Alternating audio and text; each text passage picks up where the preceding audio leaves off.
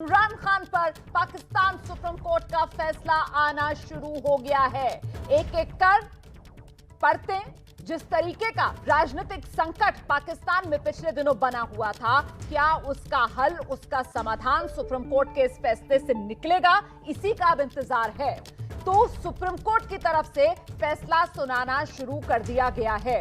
इससे पहले जो मुख्य चुनाव आयुक्त है पाकिस्तान के, वो अदालत के भीतर मौजूद, अदालत के भीतर उनकी तरफ से जानकारी दी गई कि साहब 90 दिन के अंदर जो कहा जा रहा है चुनाव कराना, वो चुनाव कराने के लिए हम तैयार हैं, ये चुनाव आयोग की तरफ से कहा गया है। इमरान खान पर सुप्रीम कोर्ट ने अब फैसला सुनाना शुरू कर दिया है। जिस तरीके से अविश्वास प्रस्ताव डिप्टी स्पीकर ने खारिज किया, उसके बाद जिस तरीके से नेशनल असेंबली को भंग करने की सिफारिश इमरान खान ने की और उस पर अमल राष्ट्रपति ने अपनी मोहर लगाकर कर दिया, क्या ये सब संवैधानिक था? इसी को लेकर पाकिस्तान की सुप्रीम कोर्ट अपना फैसला सुना रही है। हम सीधे आपको लेकर चलते हैं सबसे पहले इस्लामाबाद, पाकिस्तान से मेरे सहयोगी हमजा अमीर इस वक्त हमारे साथ मौजूद हैं और जानते हैं हमजा अमीर से कि अभी तक के फैसले में अदालत की तरफ से क्या कहा गया है। हमजा,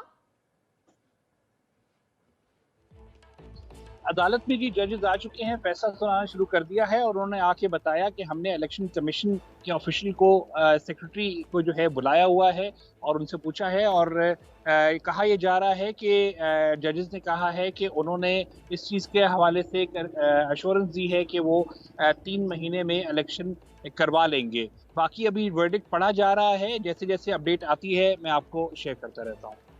तो अभी तक की जो बड़ी खबर सामने निकल कर आ रही है, जो हमजा अमीर हमें अपडेट दे रहे हैं, वो यही कि चुनाव आयोग की तरफ से ये जानकारी दे दी गई है सुप्रीम कोर्ट को कि 90 दिन के भीतर, 3 महीने के अंदर जो चुनाव कराने की बात कही जा रही है, जिसे लेकर चर्चा ये भी थी कि चुनाव आयोग हाथ खड़े कर रहा है कि नहीं, वो 90 दिन में चुनाव नहीं करा सकता।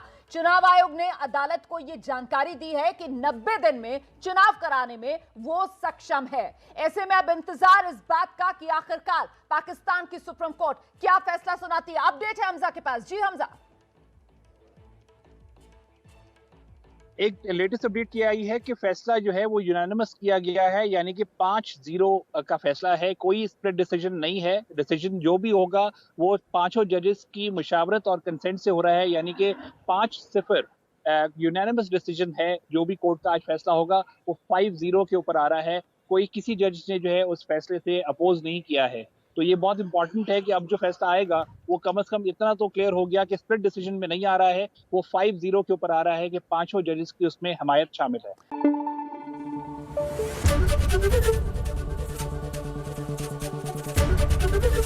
एबीपी न्यूज आपको रखे आगे।